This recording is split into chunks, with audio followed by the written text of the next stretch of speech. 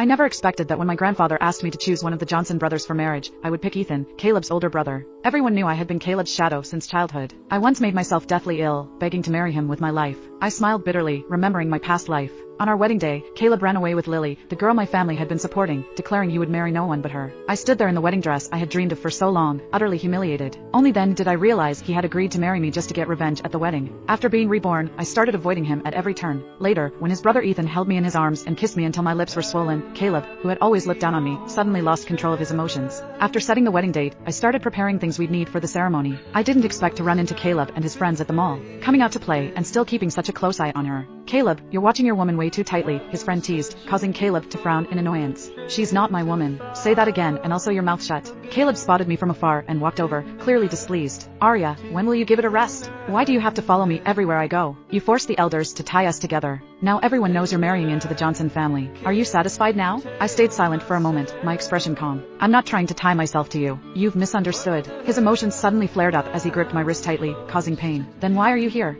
Aren't you just stalking me? I shook off his hand, instinctively rubbing my reddened wrist as I explained. I'm here to prepare things for the wedding. I didn't expect to run into you. Seeing our unhappy expressions, his friends quickly gathered around. Preparing for the wedding? Caleb, marrying her sure is convenient. You don't have to prepare anything yourself. Caleb glared at the speaker without responding. Arya, don't think that just because our families arranged this marriage, you can use these tactics to get me. Even if you get my body, you'll never have my heart. I despise manipulative, vicious women like you the most. His eyes were cold, his voice suppressing anger. But I felt nothing, only wanting to escape this troublesome situation. I looked up and met his gaze calmly.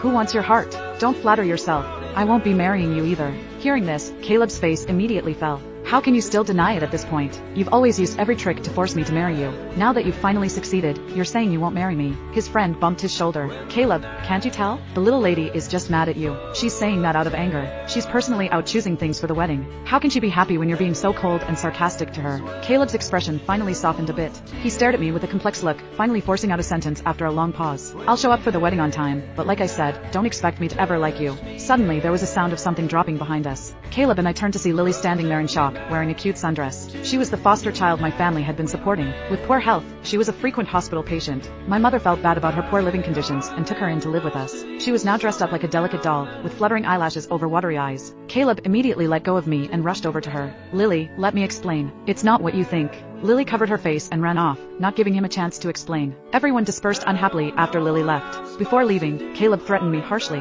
If Lily gets upset over this, I won't let you off easy. I laughed mockingly, for a moment doubting if the childhood friend I grew up with had been possessed by someone else. After that whole scene, I lost interest in continuing to shop and went home early. It wasn't until evening that Caleb brought Lily back. He was carrying bags of things, with his driver following behind carrying several boxes. The boxes were filled with expensive fruits and imported snacks. It was clear Caleb had bought a lot to appease Lily. When they came in, I was curled up on the couch watching TV. I deliberately didn't look Caleb's way, but he came over on his own. At first he didn't speak, just pursing his lips as if waiting for my reaction. But I kept my eyes fixed on the TV, not even glancing his way. Arya, you clearly saw me bring in all these things. Why didn't you come help? I gave him an indifferent look. Why should I help you? The stuff wasn't bought for me. What does it have to do with me? His expression darkened. If you want something, just say so. If word gets out that my fiancé is so desperate for a few trinkets, people will laugh at me. Caleb completely ignored what I'd said at the mall. I couldn't be bothered to keep emphasizing to him that I wouldn't marry him. He'd understand completely on the wedding day. Caleb casually picked up a box of blueberries and tossed it next to me. Due to the force, the box bounced off the couch and fell to the floor. A reward for you.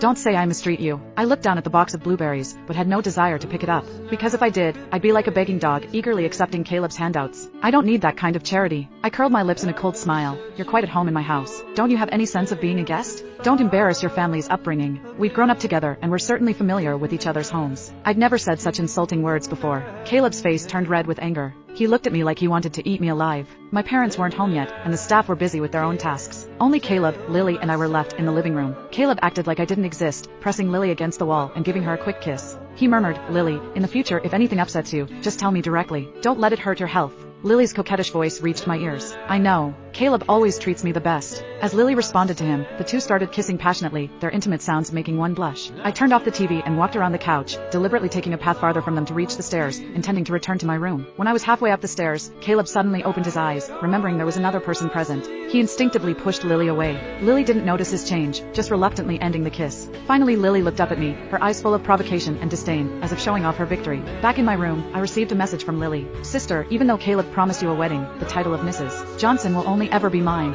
Arya, whatever outcome you got in your past life, you'll get the same this life. You can't beat me. Seeing this message, my heart suddenly skipped a beat. So I wasn't the only one who had been reborn. In my past life, after Caleb accepted the engagement, I thought he had been moved by my sincerity. After all, I had chased after him for over a decade. Even a rock should have been warmed up by now, right? I never expected that he only accepted the marriage to thoroughly humiliate me at the wedding. In front of all the guests, he tightly held Lily's hand. He announced to everyone that he could never marry me, that Lily was the only one he loved and would marry in this life. I was utterly humiliated, standing alone in my wedding dress, trapped in awkward emotions. Everyone in our social circle knew how much I liked him. I had even made myself deathly ill, just to get my parents to agree to an engagement with the Johnson family. I had lowered myself so much, shaming myself and my parents, only to be repaid with Caleb's revenge. He resented me for using my family's status to force an engagement, making him and Lily separate. I also passed away from illness. I never want to experience that kind of suffering again. So after being reborn, I gave up on Caleb and chose his brother Ethan instead. But I never expected that this time, my marriage to Ethan would proceed so smoothly. There were no obstacles. I just had to wait patiently for the wedding next month to arrive on schedule. In my past life, Ethan had always worked abroad and never married. Everyone thought he had some unspeakable issue.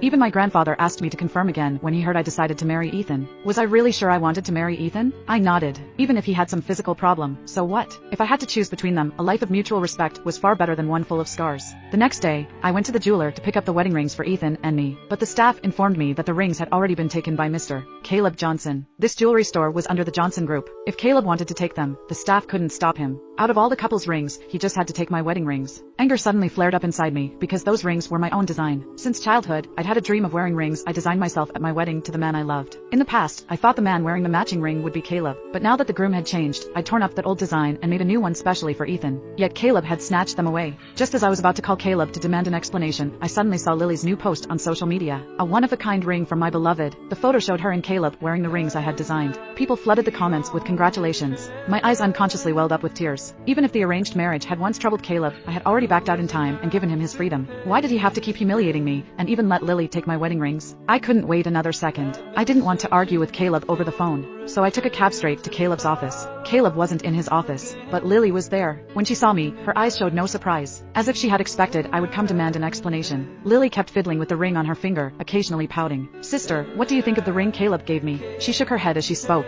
"I think it's ugly as sin, but since Caleb gave it to me, I love it. I love anything he gives me." Hearing her words, I couldn't help but clench my fists. "Sister, do you think if I wear this ring to your wedding, I'll steal your spotlight? After all, the diamond Caleb gave me is definitely bigger than whatever ring you'll have." Something snapped in my mind. I rushed forward to grab the ring from her hand. So Lily and I ended up in a tussle. The moment I got the ring off her finger, I felt a sharp blow to my waist. Someone kicked me hard, sending me sprawling on the ground in pain so intense I could barely breathe. Tears leaked from the corners of my eyes as I stubbornly turned my head, gritting my teeth as I glared at the petite woman now cradled in Caleb's arms. "You crazy woman, how dare you lay hands on Lily? Don't you know her health is fragile?" The pain spreading up from my waist was nothing compared to the ache in my heart. Caleb didn't bother scolding me further, focused on comforting the distraught Lily. "Caleb, I can't believe it. If you hadn't arrived in time, would my sister have beaten me to death?" His gaze fell on Lily as he gently wiped away her tears, his movements tender and attentive. Caleb's brows were tightly furrowed, his eyes rimmed with red. "Lily, don't worry. I won't let that crazy woman near you alone again. I won't allow anyone to hurt you. Even if it's the Wilson family's daughter, I'll turn against them if they so much as touch a hair on your head." Caleb really went to extremes for Lily's sake.